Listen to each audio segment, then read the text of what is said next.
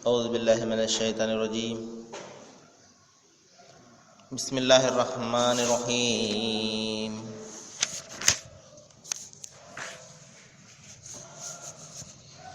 واتقوا الله لعلكم تشكرون.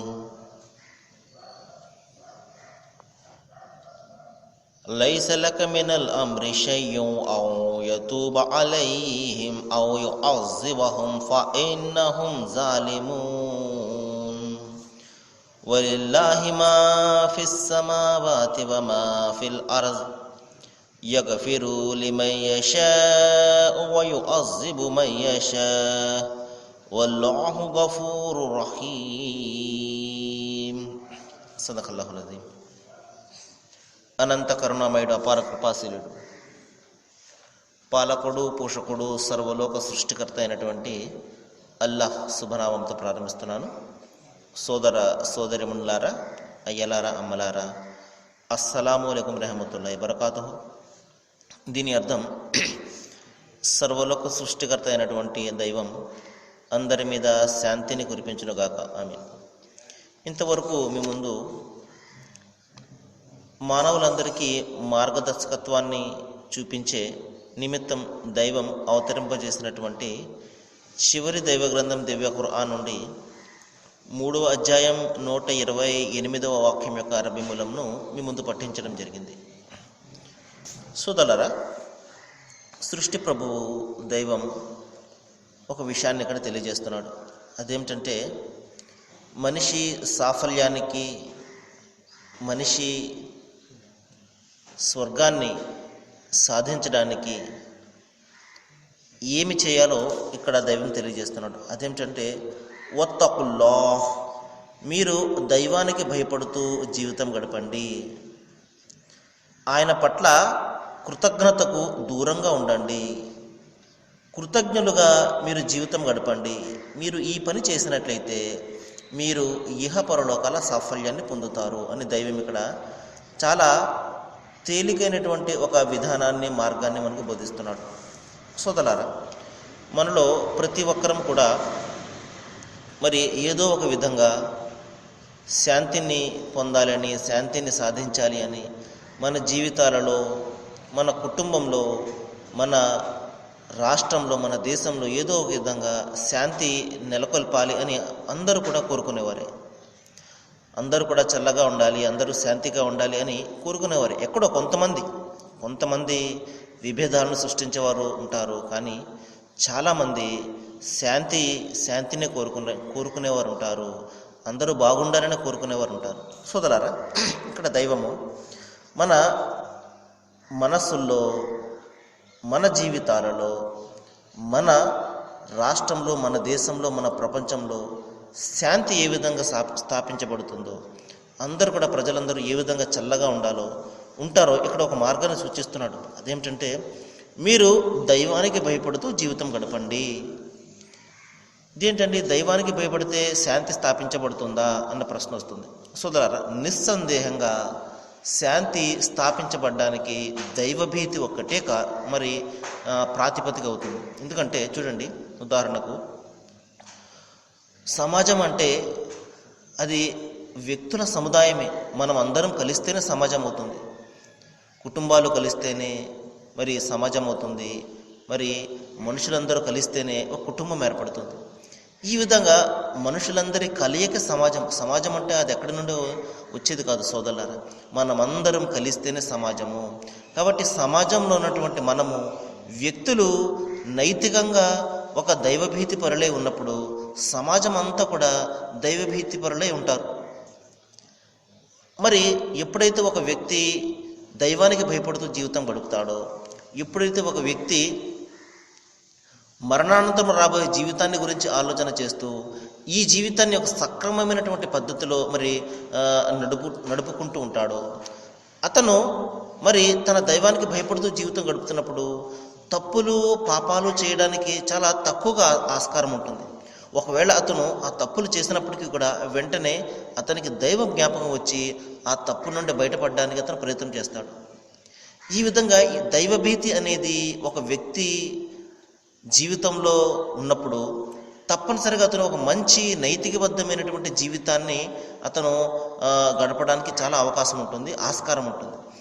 ఎప్పుడైతే ఒక వ్యక్తి నైతికబద్ధంగా ఉన్నతంగా ఉంటాడో, చెడు అలవాట్ల నుండి దూరంగా ఉండి సమాజానికి మంచి చేస్తూ ఈ విధంగా మంచి కోసం పాటుపడుతూ ఎప్పుడైతే ఉంటాడో, ఇటువంటి వ్యక్తులందరూ కలిసినప్పుడు ఆ సమాజము మరింత శాంతివంతంగా మారుతుంది. అందుకనే సోదరులారా, మన జీవితాల్లో శాంతిని మనము సాధించాలి అన్నా, మన ప్రపంచంలో మనము శాంతిని సాధించాలి అన్నా మనము చాలా రకాలుగా ప్రయత్నాలు చేస్తున్నాం. చూడండి, ఆ సంస్థలు ఈ సంస్థలు స్థాపించుకుంటున్నాము. యుఎన్ఓ అని చెప్పేసి ఒక పెద్ద సంస్థను, మన యునైటెడ్ నేషన్స్ ఆఫ్ ఆర్గనైజేషన్ అని చెప్పి, ఐక్యరాజ్య సమితిని కూడా మనం దేశాలు సుమారు 157 దేశాలు కలిసి ఆ సంస్థను స్థాపించుకోవడం జరిగింది. కానీ ఎక్కడైనా శాంతి స్థాపించబడుతుందా? ఎక్కడ కూడా లేదే. ఆ సంస్థ ఆ విధంగానే ఉన్నది, జరిగే రక్తపాతం అంతా జరుగుతూనే ఉన్నది. బలమైనటువంటి దేశాలు బలహీనమైనటువంటి దేశాలను కబళిస్తూనే ఉన్నాయి. ఎక్కడ కూడా శాంతిని సాధించలేకపోతున్నారు, స్థాపించలేకపోతున్నారు. దీనికి కారణం ఏమిటంటే దైవభీతి లేకపోవడమే. ఇది లేకుండా మనము ఎన్ని ప్రయత్నాలు చేసినా, ఎన్ని సంస్థలు మనము స్థాపించుకున్నా, ఎన్ని చట్టాలు చేసినా అదంతా కూడా వ్యర్థమే సోదరులారా. కాబట్టి దైవం ఇక్కడ తెలియజేస్తున్నాడు, వత్తకుల్లా, మీరు అల్లాహకు భయపడుతూ జీవితం గడపండి, దైవానికి భయపడుతూ జీవితం గడపండి. ఇక్కడ ఒక ప్రశ్న వస్తుంది, అంటే దైవానికి భయపడడం అంటే ఏమిటండి? లెంపెలు వేసుకొని దండం లేకపోతే నమాజు చేసుకొని ఈ విధంగా చేసుకుంటే దైవానికి భయపడినట్లే కదండి అన్న ప్రశ్న వస్తుంది. సోదరులారా, దైవానికి భయపడడం అంటే అది కాదు, ఎంత మాత్రం కూడా కాదు. బాహ్యంగా కనిపించే ఆరాధనలు, బాహ్యంగా కనిపించే ఆ కట్టుబాట్లు కాదు సోదరులారా. దైవానికి భయపడడం అంటే మనసులో రావాలి భయం అనేది. ఆయన ఆజ్ఞను మీరితే ఆయన ఎక్కడ ఆగ్రహం చెందుతాడో మనకు భయం కలగాలి.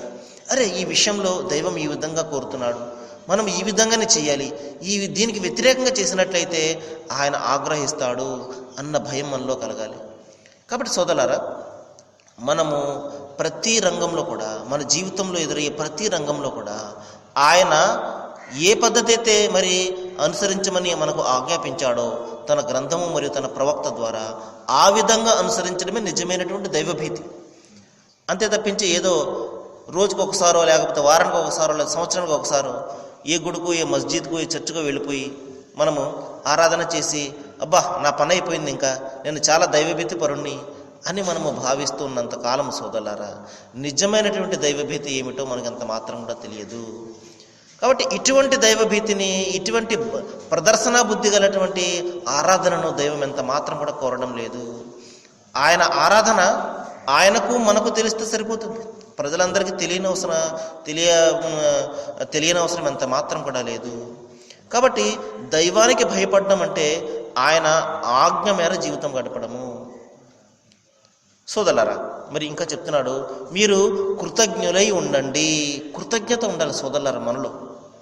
మనకు చాలామంది చూడండి, మనలో సుమారు 90% మంది ఈ గుణాన్ని కలిగి ఉంటారు, కృతజ్ఞత అనేది. ఉదాహరణకు, ఎవరైనా మనకు సహాయాన్ని చేశారనుకోండి, వెంటనే మనము చాలా కృతజ్ఞత తెలుపుతాము, అతనికి థ్యాంక్స్ అంటాము, లేకపోతే మన మనసులో కృతజ్ఞతలు తెలుపుకుంటుంటాము.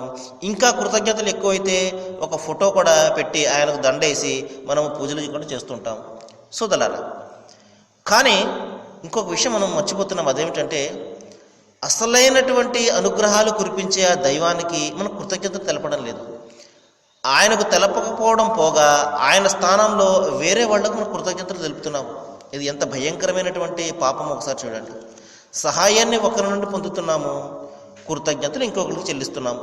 ఇది మనము చేస్తున్నటువంటి పద్ధతి ఇది సోదరులారా. ఇదేంటండి, ఈ విధంగా ఎలా జరుగుతుందండి?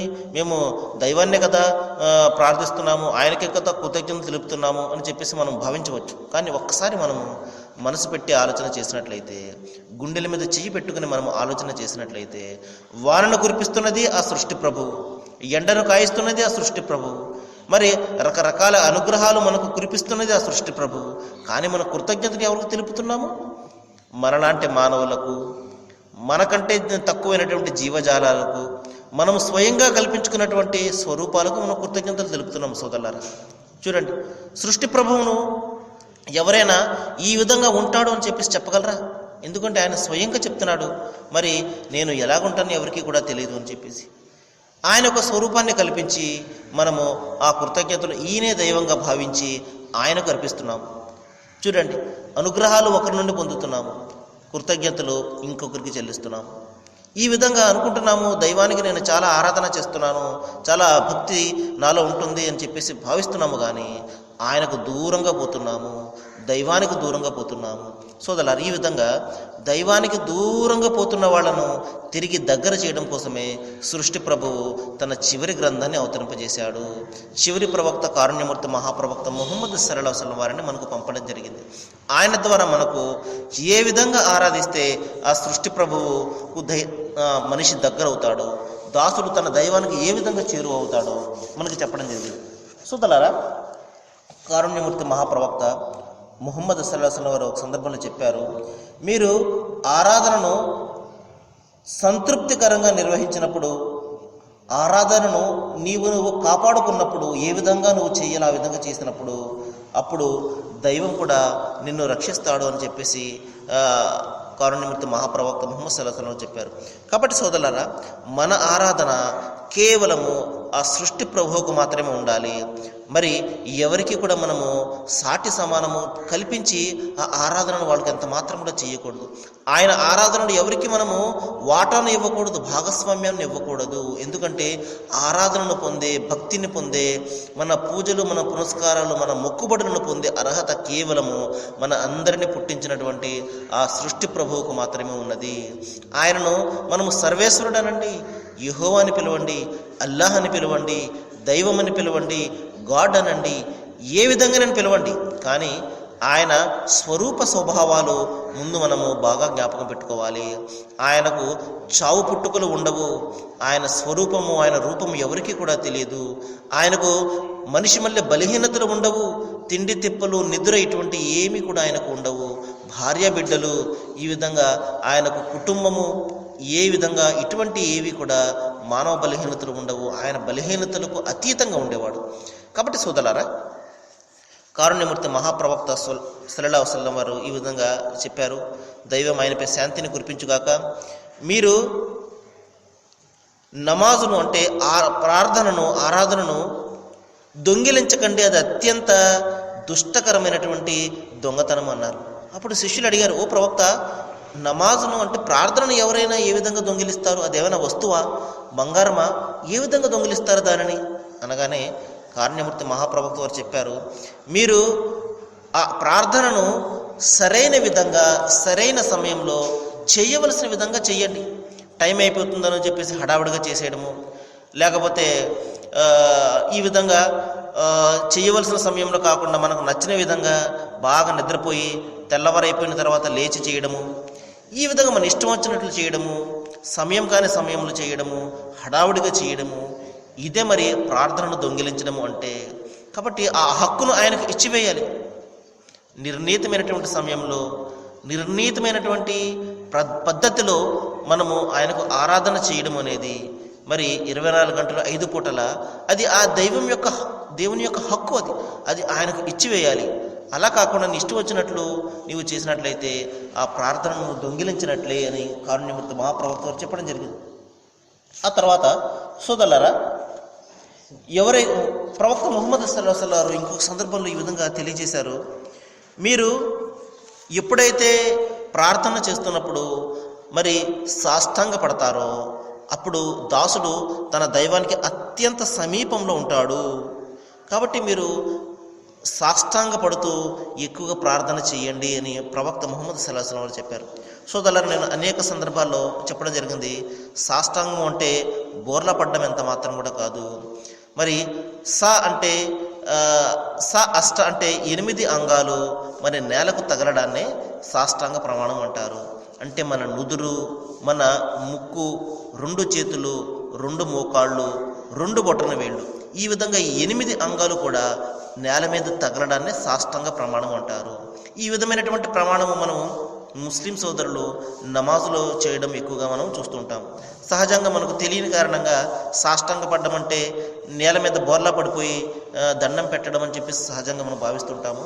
కానీ పండితులను పెద్దలను మనం అడిగినట్లయితే అష్ట ప్రమాణము అంటే అష్ట అంగాలతోటి మనము చేసే ప్రమాణము అని అర్థం. అష్ట అంటే 8, కాబట్టి ఈ 8 అంగాలు కూడా నేల మీద తగలడాన్ని సాష్టాంగ ప్రమాణం అంటారు.